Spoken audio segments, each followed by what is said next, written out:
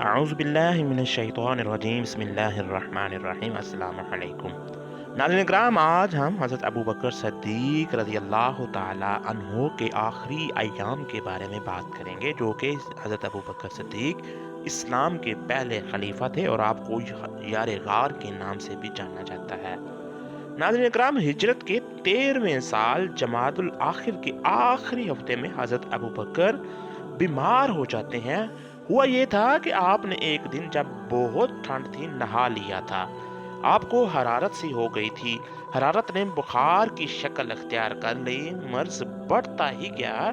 اس نے ایسی شکل اختیار کر لی کہ حضرت ابو بکر کو احساس ہو گیا کہ ہو نہ ہو یہ موت کا پیش خیمہ ثابت ہوگا۔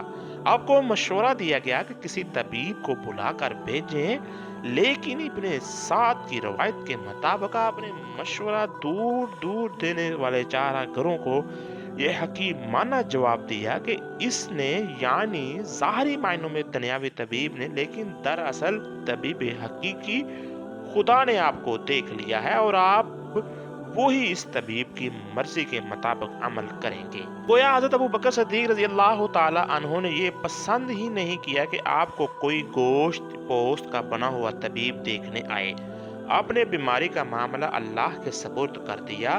آخر یہ وہی حضرت ابو بکر ہیں جو عافیت کے دور میں اپنی ہر بات خدا کو سونپ دیتے تھے۔ یہ روایت صحیح نہیں معلوم ہوتی کہ حضرت ابو بکر کا انتقال زہر خوارنی کے سبب ہوا۔ اس روایت کی روح سے کسی یہودی نے آپ کے پاس زہر ملا ہوا کھانا بھجوایا تھا اور مشہور عرب طبیب الحارث بن کلدہ بھی اس کھانے میں شریک ہوا تھا، لیکن جوں ہی طبیب کو احساس ہوا کہ کھانا زہر آلودہ ہے، اس نے حضرت ابو بکر سے عرض کیا کہ وہ اس کھانے سے ہاتھ کھینچ لیں۔ پھر یہ کہا کہ یہ زہر ایک برس کے اندر اپنا رنگ دکھلائے گا۔ وہ اور حضرت ابو بکر دونوں 1 سال کے بعد ایک ہی دن جام مرگ نوش کریں گے۔ ناظرین اکرام، یہ روایت ناقابل اعتبار ہے، لیکن اگر اس میں صحت ہوتی تو حضرت ابو بکر کے بعد حضرت عمر یقیناً زہر آلودہ کھانا بھجوانے والے شخص کو سزا لازمی دیتے، جس نے ایک ہی ذرہ سے اسی تدبیر سے 2 آدمیوں کی جانیں لی تھی۔ اس شخص کا جرم اس بات کی پیش نظر کے مقتولوں میں سے ایک شخص خود خلیفۃ الرسول اللہ تھا اور زیادہ سنگین ہو جاتا تھا۔ ظاہر ہے اگر ایسی بات ہوتی تو حضرت عمر تو کسی قیمت پر اس معاملے کو نہ چھوڑتے۔ ناظرین اکرام، راوی بیان کرتے ہیں کہ بیماری کے دوران حضرت عائشہ نے اپنے والد ماجد حضرت ابو بکر کی تیمارداری کے فرائض انجام دیے تھے اور قدیم عربی شاعر کا ایک شعر پڑھا تھا جس کا مفہوم یہ تھا کہ جس وقت کسی شخص کے برے دن آتے ہیں تو اس وقت نہ اس کی دولت کام آتی ہے نہ ثروت۔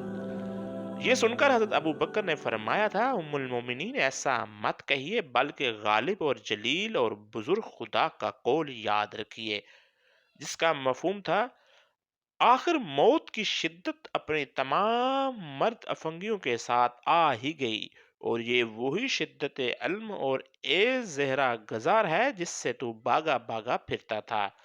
اس بیماری کے دوران حضرت ابو بکر نے حضرت عائشہ سے مطالبہ کیا کہ وہ آپ کے دیے ہوئے تمام ساز و سامان آپ کو واپس کر دیں، تاکہ جب آپ کا ترکہ ورثہ میں تقسیم ہو تو کسی کی حق تلفی نہ ہو۔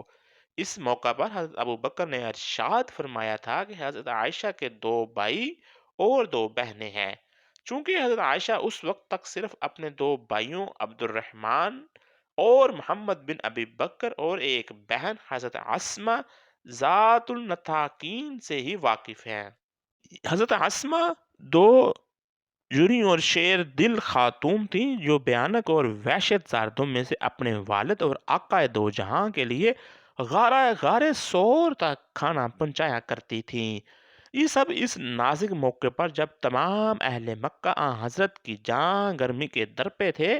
ایک موقع پر حضرت اسما نے ناشتے کا سامان اپنی کمر کی پیٹی کی 2 جیا بنا کر باندھ لیا تھا۔ اسی مناسبت سے حضرت نے آپ کو ذات الناطقین کا لقب دیا تھا۔ ناطق یعنی توق، کمر یا کمر بند۔